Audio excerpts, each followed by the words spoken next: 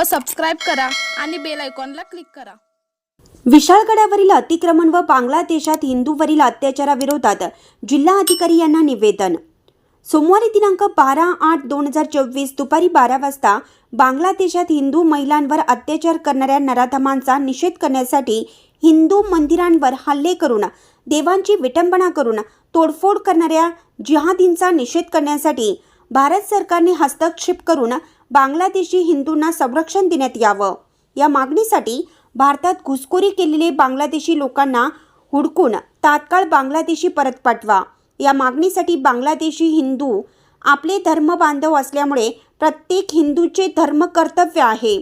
तसेच विशाळगडावर अतिक्रमण करणाऱ्यांवर कडक कारवाई करा। तसेच अतिक्रमण धारकाला पर्यायी जागा कशी मिळू शकते असे प्रश्न उपस्थित करण्यात आले। अतिक्रमणाची शेवटची वीट निघेपर्यंत आंदोलन सुरू राहील अशी भूमिका यावेळी शिष्टमंडळाने मांडली।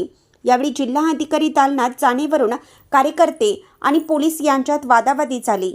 त्यामुळे कार्यकर्त्यांनी जिल्हा अधिकाऱ्यांना आमच्यासाठी वेळ नाहीये म्हणून बाहेरच ठिय्या मारून घोषणाबाजी केली। यामुळे काही काळ तणावाचं वातावरण बनलं होतं। निवेदन देण्यासाठी मोठ्या संख्येने हिंदूंनी उपस्थित राहून जिल्हा अधिकारी अमोल एडगे यांना निवेदन देण्यात आलं। यावेळी सर्व हिंदुत्ववादी संघटना, सकल हिंदू समाज, कोल्हापूर जिल्हा उपस्थित होते। इंडियाचा आवाज न्यूजसाठी श्रीनिवास काटवे। आमचा शेवटचा लढा राहील की विशाळगडमध्ये जो दर्ग्याचं जे अतिकृत आणि अनाधिकृत बांधकाम आहे ती शेवटची वीट निघोपर्यंत कोणताही हिंदू या ठिकाणी शांत राहणार नाही।